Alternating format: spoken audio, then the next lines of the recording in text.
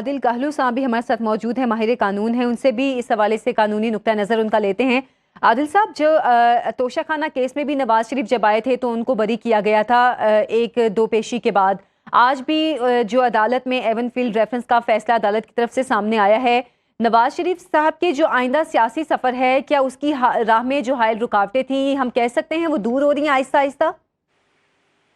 G thank you very much. بالکل یہ کہا جا سکتا ہے کہ جیسے وہ پاکستان میں لینڈ کی ہیں، ان کی بہت ساری رکاوٹیں، پہلے انہیں بیل بھی مل گئی، اس کے بعد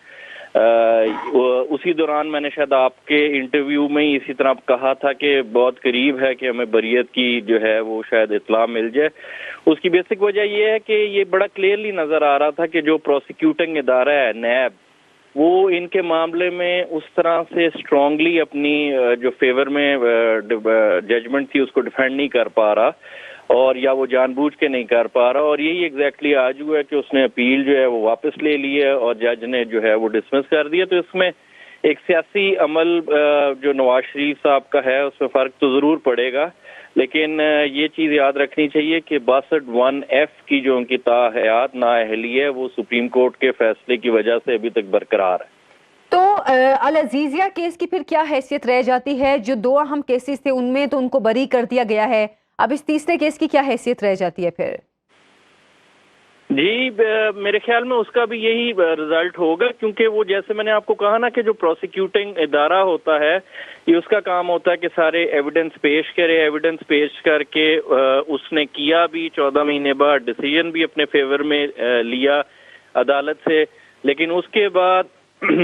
ہم تو یہ دیکھتے ہیں کہ جب سے یہ شہباز شریف صاحب کی پی ڈی ایم کی حکومت آئی ہے اس کے بعد سے نیب جو ہے وہ بڑا